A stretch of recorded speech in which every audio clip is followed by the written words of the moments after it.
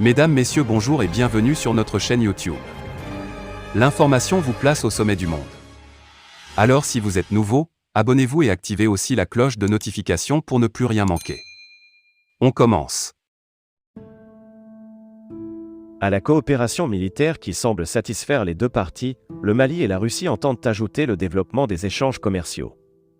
L'entente cordiale entre Maliens et Russes confirme aussi la consolidation du processus de changement d'alliance et de stratégie dans la lutte contre le terrorisme au Sahel.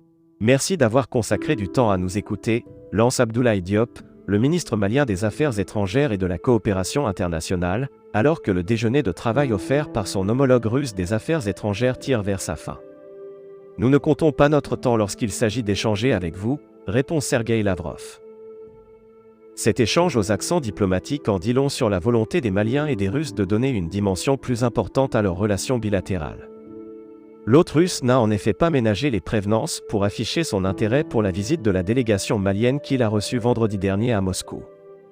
Pendant presque une demi-journée, Sergueï Lavrov et Abdoulaye Diop ont eu des échanges, d'abord en tête-à-tête, ensuite au cours d'une séance de travail élargie aux collaborateurs du chef de la diplomatie russe et aux autres ministres maliens présents à Moscou pour la circonstance. Un point de presse et un déjeuner ont clôturé les assauts d'amabilité, les marques de solidarité et les expressions de position partagées sur bien des dossiers de la scène internationale. Le ministre Diop a d'entrée de jeu fait comprendre que sa visite à Moscou était motivée par la recherche de solutions à des défis très pressants dans l'approvisionnement correct et durable de notre pays en biens de consommation comme les hydrocarbures, le blé, le ciment, les engrais. Le Mali a également besoin de l'expertise et la technologie russe dans la perspective de la relance des activités au niveau de la régie du chemin de fer. Notre délégation a eu des rencontres avec des structures publiques et des compagnies privées russes concernées. Mais nous avons besoin de l'appui de l'État russe pour faire accélérer les accords en vue, a expliqué le chef de la diplomatie malienne, ajoutant que le souhait du Mali est d'élargir la coopération au commerce des biens de consommation. En réponse à la préoccupation malienne, Sergueï Lavrov a assuré que la Russie est prête à continuer à apporter son appui au Mali dans le domaine militaire et aussi pour le développement des échanges commerciaux.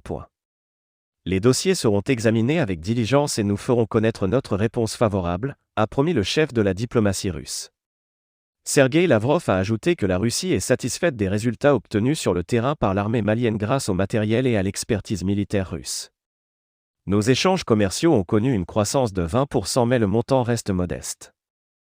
Il faudra l'améliorer. Nous encourageons les contacts en cours avec les entités russes, a souligné M. Lavrov.